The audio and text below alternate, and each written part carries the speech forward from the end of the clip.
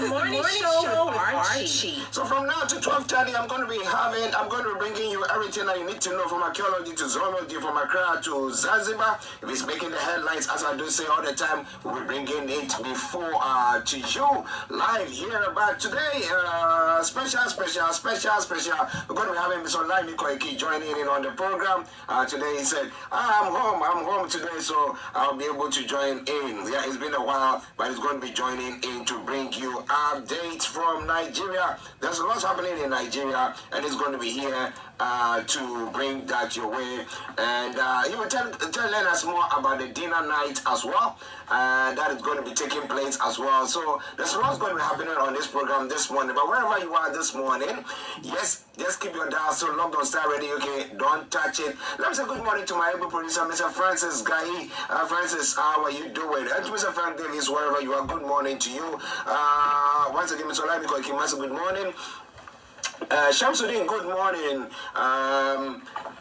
Anthony Adedeji, good morning. Aziz, good morning to you. Tosino, good morning. Bishop Adeshina, good morning, sir. I hope you are doing very, very well. Attack Kofi all the way in Ashaman, Ghana. I salute you. And to the chief of Ashaman as well. Good morning to you and to your all inhabitants of Ashaman. We salute you all. We hope you are all doing very, very well today. Okay. Going on, just bear with me. The system seems to be playing up, but don't you worry. We're trying to restart it. Restarting it. Not the broadcast system, but one of the monitoring systems there. All right, then, so just bear with me whilst that is going on. Yes, it's up and running. Do me a massive favor, share the broadcast with your friends and loved ones, and invite them to like our pages. It is Starr Radio UK. It is the Tuesday edition of the morning show. And as I did say, you want to know more, you just got to stay with me. Don't touch the dial. So by one program online, this is how the program is going to come. Bring you the quote for the day, the weather forecast will follow suit, then the travel update. We'll move from there to have a look at the stories making the rounds across the globe. That is known as global crunch. And after which we'll be having Mr. Olayomi Koiki joining in to bring you updates from Nigeria. Then the lines will be open at 11:45 to 12, so that you can also add your voice to the discussions. They will continue with other stories making the rounds from archaeology to zoology, from Accra to Zanzibar. As I do say all the time, if it's making the rounds, be rest assured of one thing, that Starr Radio, okay, we're going to be touching it on this program. So, in a gist, that's what's going to happen. So, by 12:30, we'll bring the program to a close there. But wherever you are, this is Starr Radio UK. This is the Tuesday edition of the morning show. Do me a massive favor. Share the broadcast with your friends and loved ones and invite them to like our pages as well. So let's kick off. Now the quote for the day is quite an interesting one. This morning it says, where success is assumed to have come by chance, it is an opportunity that needs to be exploited depending on your level of preparation and self-awareness. Now, if you don't prepare yourself, as I do say all the time, success will come, and that success is going to ruin you. It's going to kill you. Let me put it that way blatantly. But I hope that bringing you these programs and everything that we do, you are able to adhere to it and prepare yourself for the opportunities that will come your way, so that opportunity doesn't actually destroy you. Let me say good morning to the Hammons, the babies, in these difficult times. I want to salute each and every one of you for all that you are doing. Yes. Thank you very much for your support there as well. Starr Radio UK, your favorite African and Caribbean radio station in London. All right. Okay, just moving on to some of the, okay, interesting, is it there or there? All right then, just bear with me, okay, yeah, all right.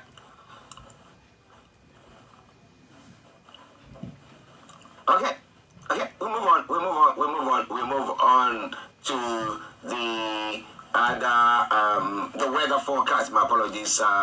there for you as well. So for the weather today, it's quite an interesting one. Yeah, it's like we come back to summer, some sort of summer, you know. Well. For those of you in London and southeastern part of England, this is how the weather is going to be for you today. Now, this evening will be remain dry, patchy cloud, and sunny spells will be present for much of the day. In the evening, the cloud will thicken, but there will still be a few late sunny breaks. It's going to be breezy as well. Tonight will be dry for all, though there will continue to be a mixture of patchy low cloud and clear spells throughout. So in the gist, that's what is going to happen. Now, temperature is going to be 21 degrees, the low is going to be 13 degrees, a bit milder than it been of late. And then pollution is going to be low, UV level moderate, and sunset 1909 and sunrise for tomorrow morning 06:39 hours. So this is Starr Radio UK. Now moving on straight to the travels as well. What have I got for you? For updates. Yes.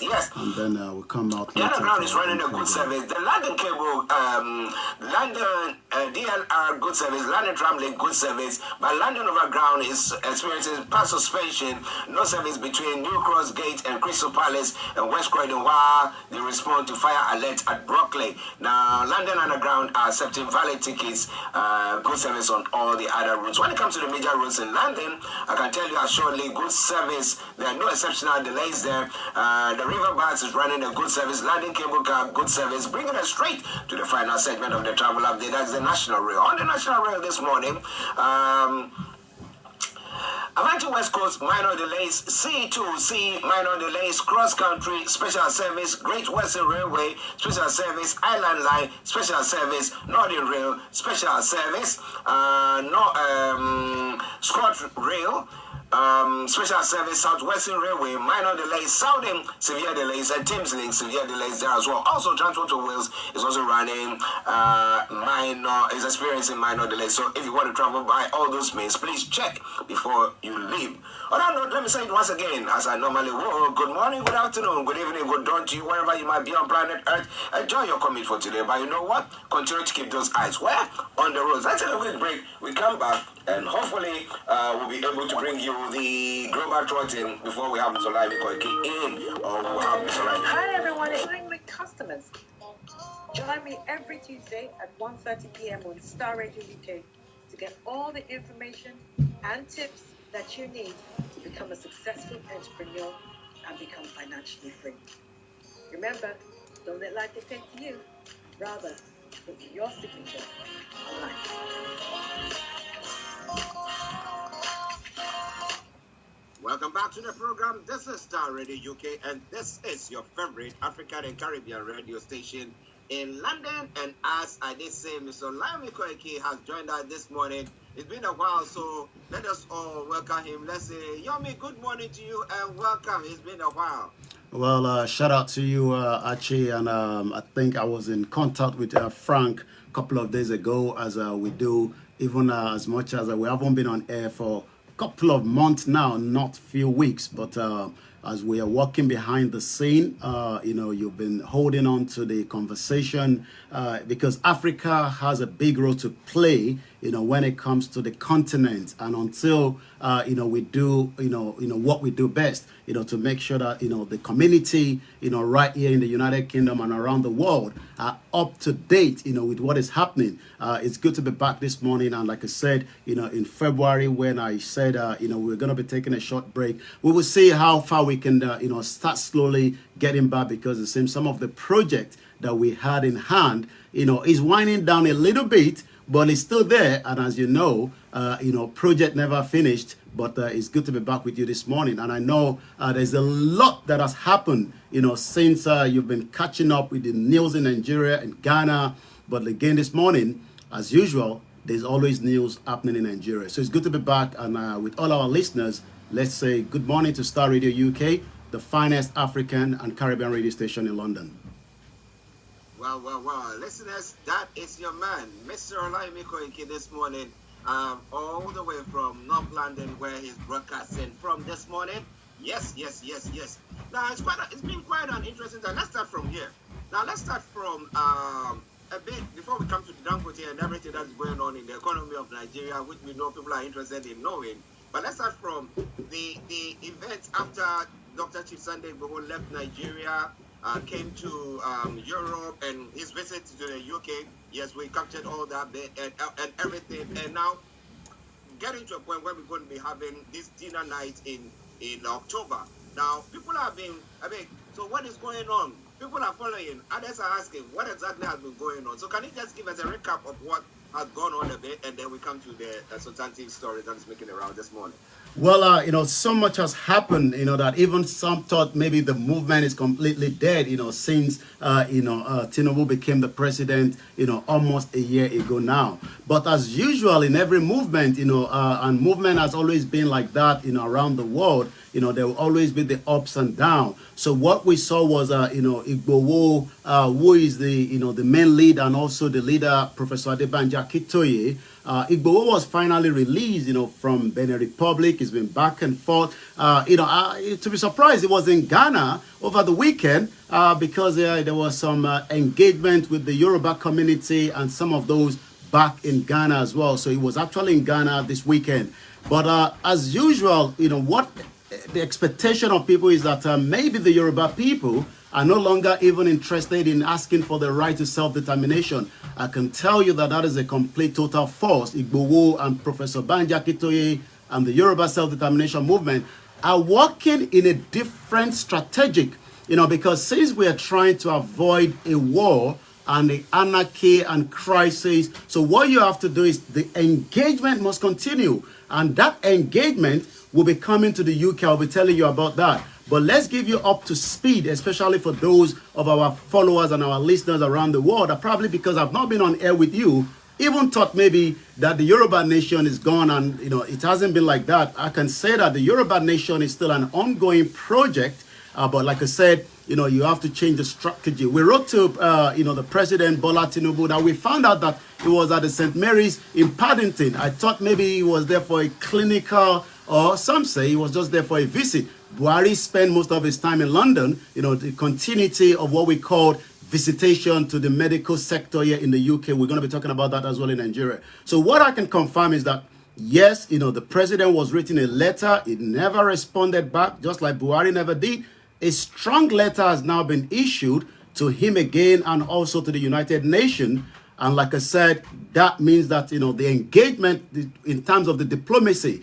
Right before I came on air, I was watching, how the Sudan, became a country. But we got to remember a lot of bloodshed. The Yoruba people are trying to avoid as much of bloodshed. And that is why the engagement will be coming down to the UK, which we are calling the 1 million rally march. The Metropolitan Police has been, told about this event. There's also going to be a dinner that you mentioned. Remember that Igbowo's birthday has been, one turnaround that we've not really celebrated him since, he's captured in Benin Republic for the last 2 years. So what we can confirm now that, he has said, look, he can celebrate it with us in London, but it's not about the birthday. It's all about that march that would then kick off what we can call the biggest campaign that will ignite, re-engineer, and especially after that 419 woman came into the movement. We thought she was part of us, and I don't want to give her any kind of publicity anymore on this platform, because we thought she was one of us. But I can confirm officially now that she was working, just like Tinubu destroyed so many organizations within the Yoruba community. Tinubu actually used the woman to interfere into the affair of what Professor Adebanji Akintoye wanted to portray to the international community. So this October the 12th, there will be a rally, a march from the BBC Broadcasting House in London all the way to Regent Street, which is going to bring more kind of publicity, to the movement itself. That would then lead us to Trafalgar Square, and then we end up at the number 10 Downing Street. Remember that over 10 years of the conservative government that made a lot of issues. Now that we have the new Labour Party, maybe Keir Starmer and the Foreign Minister David Lammy might listen to us, and then we move to the Parliament, then come back into the Nigerian High Commission. Igbowo will be leading this, and that is what makes it different this time around. And we're expecting as many people that are flying from all over the world. I can tell you that Aziz will be flying from Miami. A lot of our, delegates are coming from Finland, from Germany, from Nigeria. It's going to be one fantastic event. Even a London Red Bus has been put on hold that will carry those that might not be able to walk. So that is the expectation, and I believe other activities continue to go on behind the scene. You know, when you're talking to countries that you want to leave a country, those countries doesn't want you to publicize it, but I can tell you that even the kings in the Yoruba land are now working quietly, and we should be hearing from them very soon with the United Nations.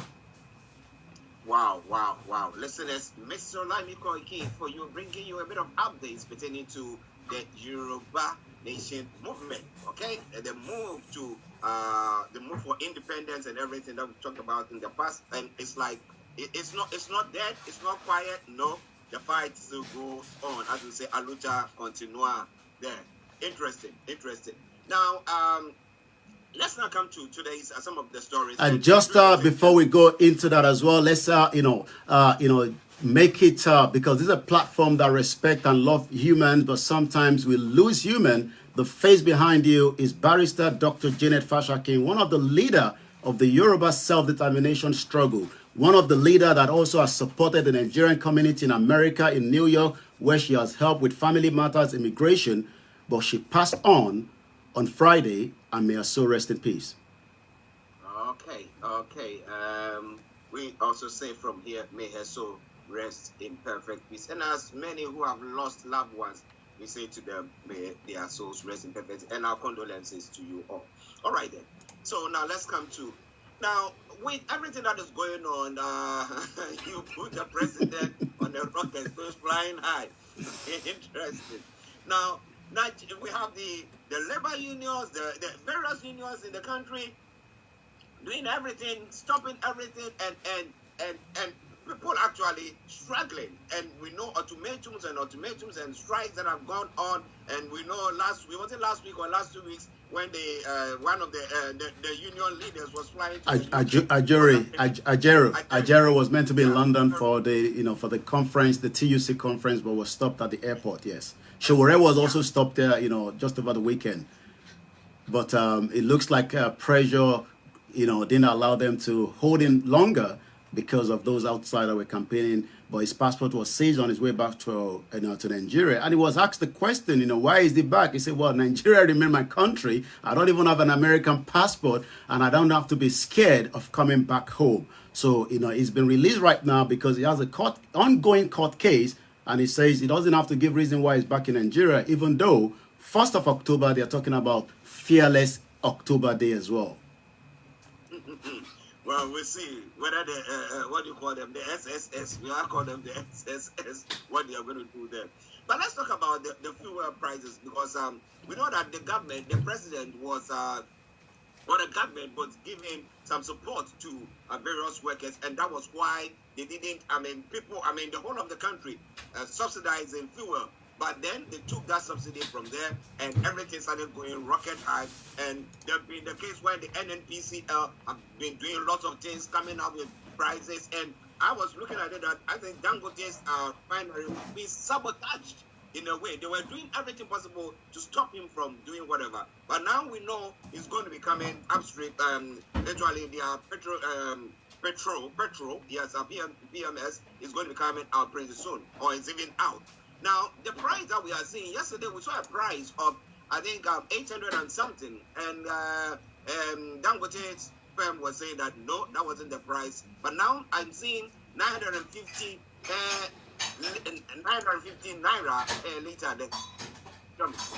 Well, it seems that the expectation of many Nigerians is that, how did we get to where a country that has, large amount of crude oil, large amount of gas, but yet, the average Nigerians, doesn't even have, access to some of these, products. But the reason is because of, so many things that have gone wrong in the foundation of Nigeria that we've talked about. Let me, pick it from here before we go straight into the Dangote, refinery. And this is coming from, one of the guru in the media as well, also a public figure that everyone knows, Dele Momodu, posted this 7 hours ago. NNPC, 4 refineries, 21 petrol depot, 5,120 kilometer network of petroleum pipeline. And all we are celebrating now is loading of petrol by truck by a private refinery. That tells you that, the whole country, we've talked about that Jakarta, seems that everything is complete mess. And we know how those mess started, but the solution is why some of us are campaigning for a total exit. But yes, you talked about, the price racketing between the NNPC and Dangote went over the weekend. And, NNPC was given a different price. The Dangote was given a different price. But this morning, not the price that you're seeing on the screen. A lot of Nigerians are paying up to 1,300, even in the black market up to 1,500, to get their petrol this morning. But the headline says 950 naira per liter. Dangote petrol may justify more importation. This is coming from the marketers. So let's go into that story. The price of the premium motor spirit, popularly called the petrol, produced by the Dangote Petroleum Refinery and released by the Nigerian National Petroleum Company Limited on Monday yesterday, may justify the importation of the commodity into the Nigerian oil market, I've said. The dealers also stated that the vessel of imported petrol should start arriving in the country. You ask the question, since we have this refinery in operation, why then are we still importing into the country? Well, the cabals doesn't even want the Dangote refinery to be in a full functioning, and we saw that there was a fire a couple of months ago. There's still a lot going on, but it seems that Dangote cried out, and there's some sympathy from Nigerians. It looks like the presidency is also now talking with Dangote. Now, it's quite interesting because I remember that we had the president setting up a committee that was supposed to see to everything. But we know that the price, the Dangote, I think that yesterday or the day before yesterday, they were reacting to that statement by the NNPC, and they were saying that the price is the naira price that is supposed to be buying the crude oil at.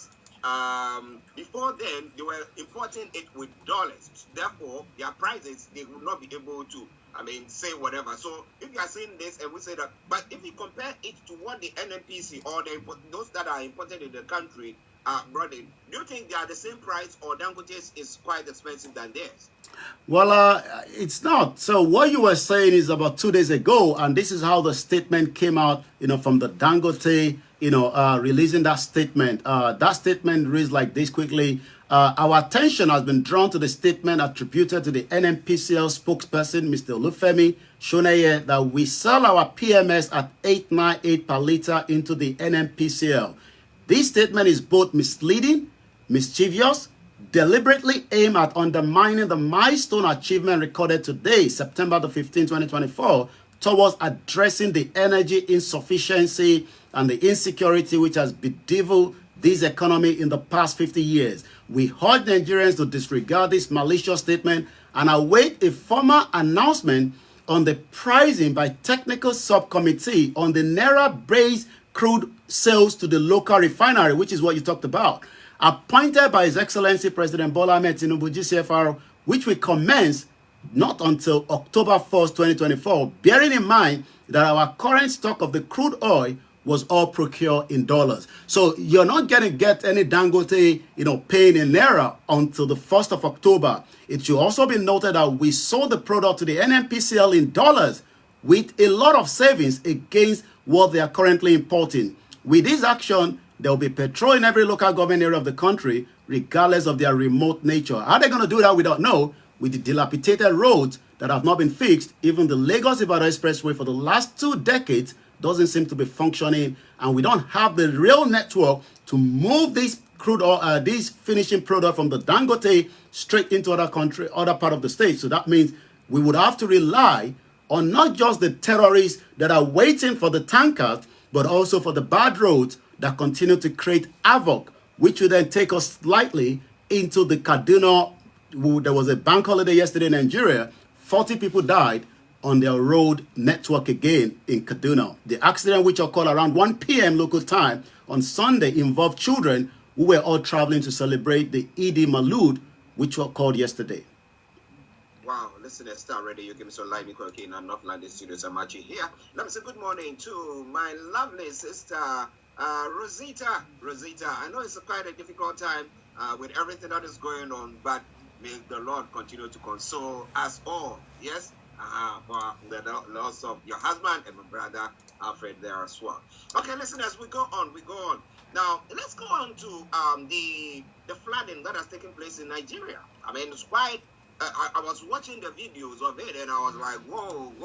So if you look at what is going on in Europe now, where we are talking about the number of people who have died in Europe, if you compare it to what is happening in Nigeria, a lot of people have died, a lot of properties. But as to whether we've got the palliative or the necessary help to get these people out of that place, is another question. But the president is sympathizing with them on his visit to Borno State. Tell us more. Well, I think the president had to change his itinerary, because what we were hearing was that he will be traveling from London to Dubai for the climate change. From Dubai, he will be heading to the General Assembly, before the end of this month. But it seems that, just as maybe for humanity or maybe for the camera, but let's just agree for sympathy, because that is exactly, what was coming from the mouth of the presidency himself, that says that, he has come down to sympathize with the people of Borno State. The question is, can this be avoidable, or should this never have occurred? As usual, the complete mess of the country means that, most of the money that have been diverted and stolen have made the dam not to be invested in, and that means that many more people were now prone to be killed when the flood was coming through as very fast. So let me first take you to what the president said on his visit yesterday to the palace. I'm not sure whether you saw the video of the vice president. A lot of Nigerians were saying, how come there's no crocodile and snake while he was moving in his leg into the water? Maybe all those have been taken out of the water before the vice president was dipping his foot right inside it, because I saw the video, but it looks like, that video will be kept for the campaign, which is going to come up, in 2027 as usual. But in reality, the headline are not coming out very good. The images are very, very disheartening, and it seems that, as usual, when the situation like this happen, that means, the government is asking for more requests and more support from the international community, which is the World Bank and the rest of the international, to come to Nigeria's aid. So I want to pick up on what the president said, and we'll tell you more about the headline and the reaction from many Nigerians as well. As I visited Borno State today, my heart went out to all those affected by the recent flood. I extend my deepest sympathy to those who have lost the loved ones, homes, and the livelihood in this devastating catastrophe. To displaced persons, I understand the immense challenges you are facing, and I admire your strength, the courage, and determination amid such hardship. Remember that Nigerians are going through a very, very difficult time. The inflation is not very good. The insecurity is there.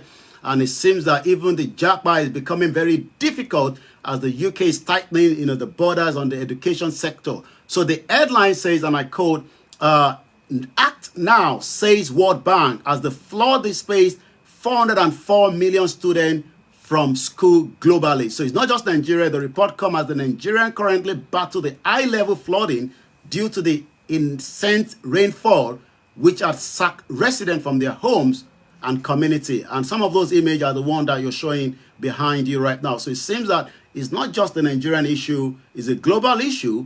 But again, a lot of Nigerians have been affected badly, especially in that, axis. So as usual, it seems that many Nigerians are saying it's all about the rice, because every situation in Nigeria, the government pumping the rice into the sector, whether the rice will solve the issue. This is coming from some of the Nigerians on the Twitter after the presidency posted this. You are an autonomy of a bad luck. All you have caused Nigeria is tears, sorrows, and blood. You are unnatural disaster, worse than the flood itself. And one more says, no light, you share rice. No fuel, you share rice. No electricity, we share rice. We want good governance. We don't want you to share rice. It is safe to say that President Tinubu is now the new Delican rice. Well, he's selling rice. He sees that whatever is happening, people will be hungry. So he doesn't want you to be hungry. What about that?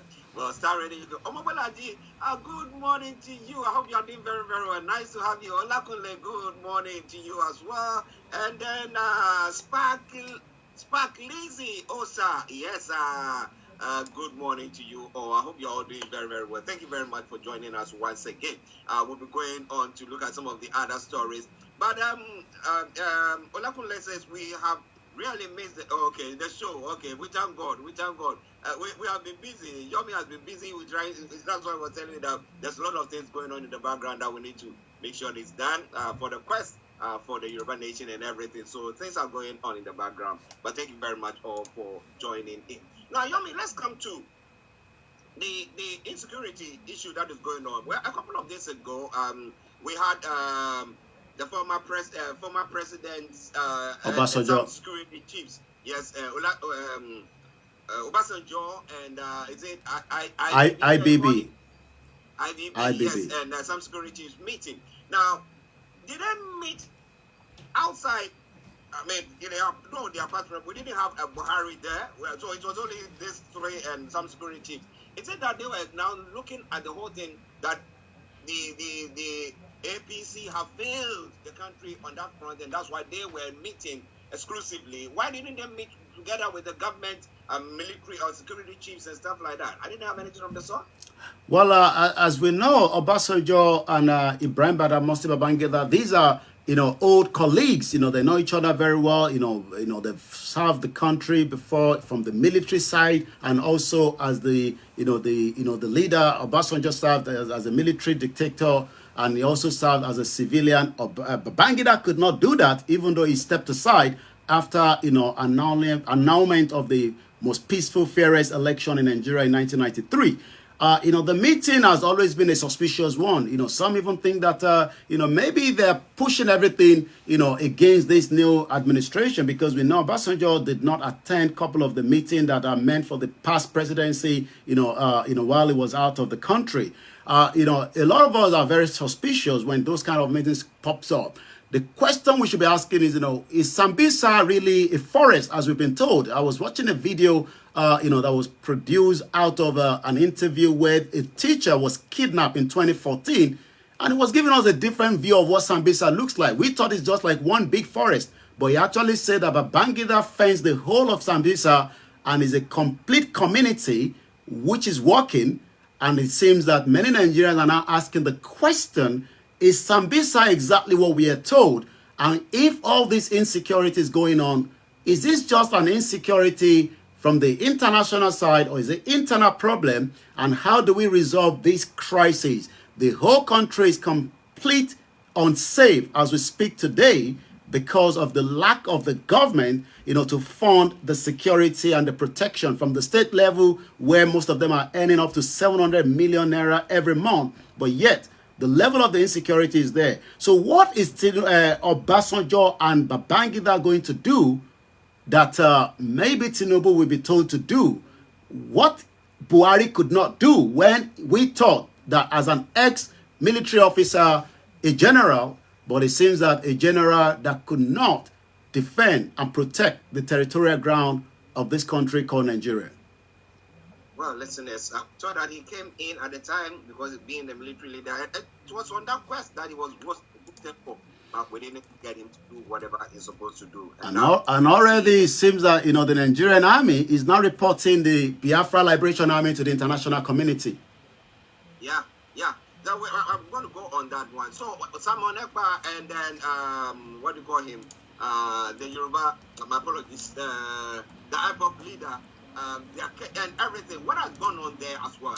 Give us a bit of details there, and then the fact that the security, the army have gone to report. Well, over the weekend, a Nigerian army, but from the Yoruba side, was picked up by the Biafra Liberation Army. The Nigerian army has come out to condemn such act, also claim that this personnel is no longer, working for the Nigerian army. Is now an ex.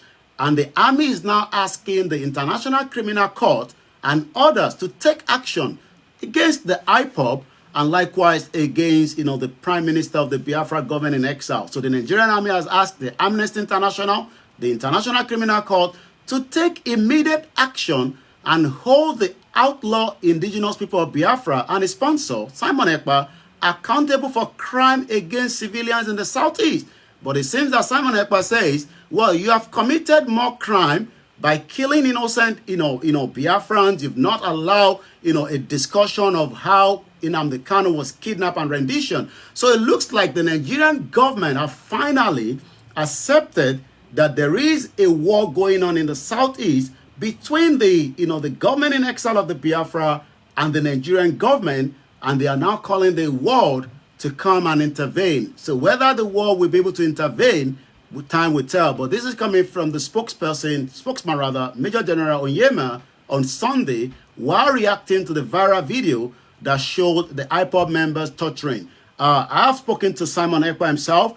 As at yesterday, even the family were saying to me that they haven't seen this young man, but I can confirm officially after my conversation with Simon Ekpa yesterday that this man is on route now to Abuja. I'm talking about the soldier that the Biafra Liberation Army, picked up and have actually, given it back out. But it's like a warning that, that territory is very hot. We hope that this government will look into the situation, because in December 2nd, the Biafra will be going very hot, according to their declaration that will be coming up in Finland, and we hope to be there as well. But one thing we've got to remember is that as they were releasing this young man, Chief Sunday Igboho also gave a good thank you to the Biafra government in exile for releasing this young man. And like I said, I spoke to the family and likewise with Simon Ekpa yesterday, and this young man now have spoken to the family, and as I speak to us right now, is en route to Abuja from Imo State. Interesting. Now let's come to the request by the APRA. They are all just saying that with the unrest that is going on at the moment, they said just release Sunday, Nnamdi Kanu, and then Nnamdi Kanu says, if I'm released today, I'll make sure that there is peace in that. But they don't seem to be obeying that. And I don't know whether the court hearing is going on, the DSS still holding him in detention, and everything that is going on. What's it? Well, there have been a couple of changes. So, the expectation is Nnamdi Kanu will be returning to court again, I believe, before the end of this month. And that means that we have a new Chief Justice, we have a new DSS, Bichi has resigned, the NIA has resigned, and that means that maybe, just maybe, they will listen to court. The problem is that these institutions think that they are bigger than the court, and they have refused to accept and obey the court order. You're right, the Kanu, through some of his, brought into the court, says, and quote, that he will solve all the insecurity, but he has not at any point condemned all the action of the Biafra government in exile, which a lot of people think he has. Even at some point, somebody wanted to put the question of Simon Ekpa to his mouth, and he actually said no. So that means that, because he believes, Nnamdi Kanu believes that the whole security situation is not the Biafra, it's got to deal with these criminal element of their politician that continue to destabilize, the region itself. Well, listen, as Starr Radio UK, Mr. Olayomi Koiki, we will allow him to bring you the rest of any other stories that he's got for you. Over to you, Yomi. Well, as quickly, because I know we're going to come back out because we've still got the global trouting. Let's just go straight to the business. A lot of Nigerians are struggling, when it comes to, the business situation today. And that means that as I was watching a video this morning, the woman says, some of the biscuits, some of those, things that she would get from the store are no longer there. And the reason is because most of them have not been able to replenish what they are, selling. So, and it's all because there is a lot of, problem in the country. Let's go straight with these. Let's go straight to the airpiece. There is still a landing issue. That Nigeria and the UK battle over the airpiece landing right in Heathrow.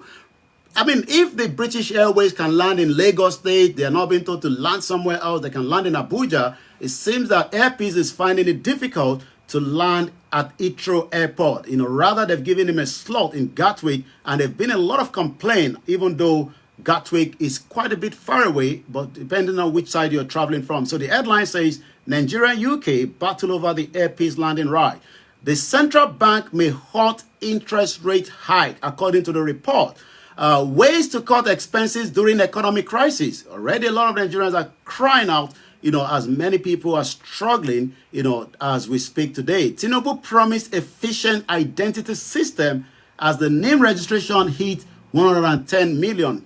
Somebody was asking me yesterday, they're planning to make their Nigerian passport. And I said, look, if you don't have the name, you will not be able to make a Nigerian passport. There's a lot of centers here in the UK where many Nigerians have been able to, get that done. But it seems that, the slot to apply for a Nigerian passport, is taking you up to 2025. It shows that many Nigerians in the UK and those that are probably the first, second generation, the third or fourth generation that are planning to go to Nigeria over the Christmas might not be able to get a slot because while we were checking, there's no availability until next year. We're going to take one more, which is, the NEC has now ordered DISCO to procure 398 megawatt embedded power. The Nigerian Electricity Regulation Commission has mandated electricity distribution companies to procure a minimum of 398 megawatt of embedded generation to enhance the reliability of the power sector across the country. Embedded generation, also known as the distributed generation or distributed energy source, refers to electricity generation of storage plant connected to the distribution network rather than the transmission network of the national electricity grid. A lot of Nigerians are also complaining. There's what we call the band hey. That means that you're likely to have electricity, but it seems that the way the bills is coming, it's struggling. And as we know, if there's not stable energy in the country, the productivity will continue to go a little bit, slower than expected. There's an election coming up as usual at Edo State. Petrol crisis is going to threaten the election as the APC PDP set for showdown in Edo State. And I'll take the last one before going back into the conversation of the rally that is coming up in October rather, where a lot of Yorubas will be gathering again, after a very long time. According to the Nigerian Bureau of Statistics, the National Bureau of Statistics rather, Nigerian inflation rate slowed to 32.15% in the month of August. Okonjo-Iweala is taking the second term as the World Trade, as we know, and likewise, we talked about the Tinubu visit to Borno State.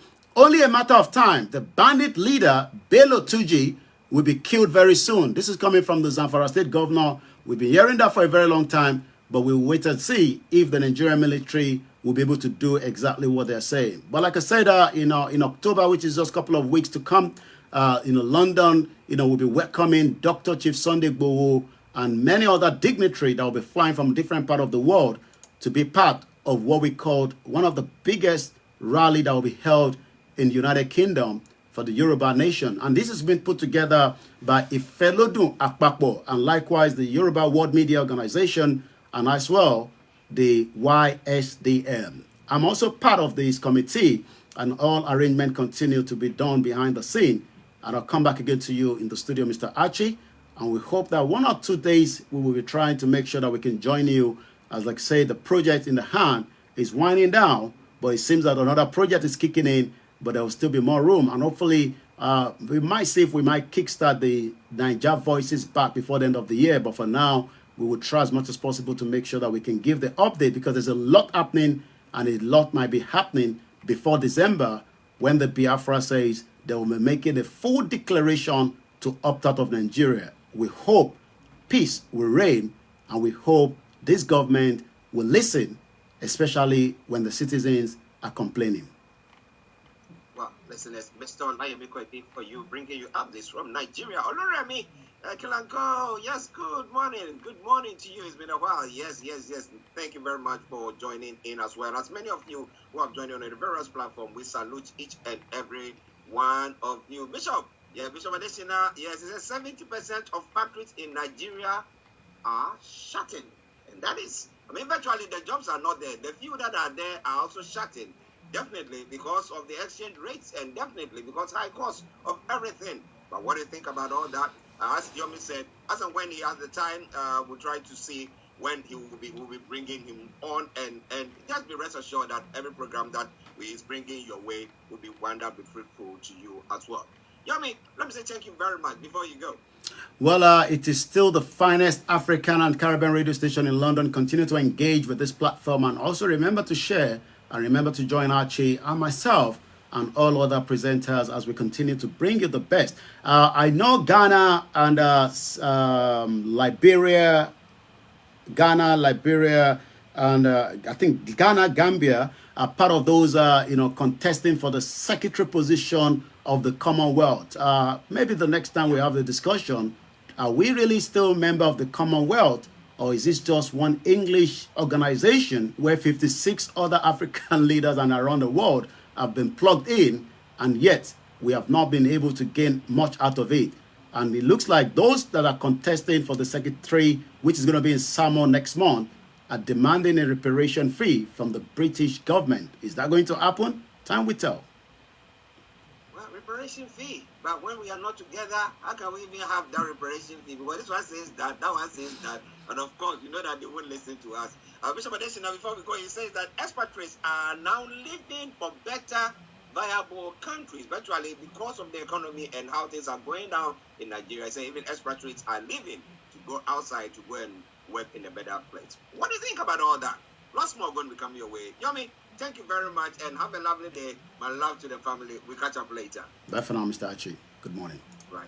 Good morning. Okay, listeners, this is Starr Radio UK, your favorite African and Caribbean radio station in London. Before I go, let me put this announcement through as well. Yes, this is the dinner night. Yeah. Well, that is how far we can go on the Starr Radio this morning. Probably later on, make sure you stay tuned for more updates from the Yoruba Nation campaign. My name is Olayomi Koiki. Have a very good morning. Bye for now.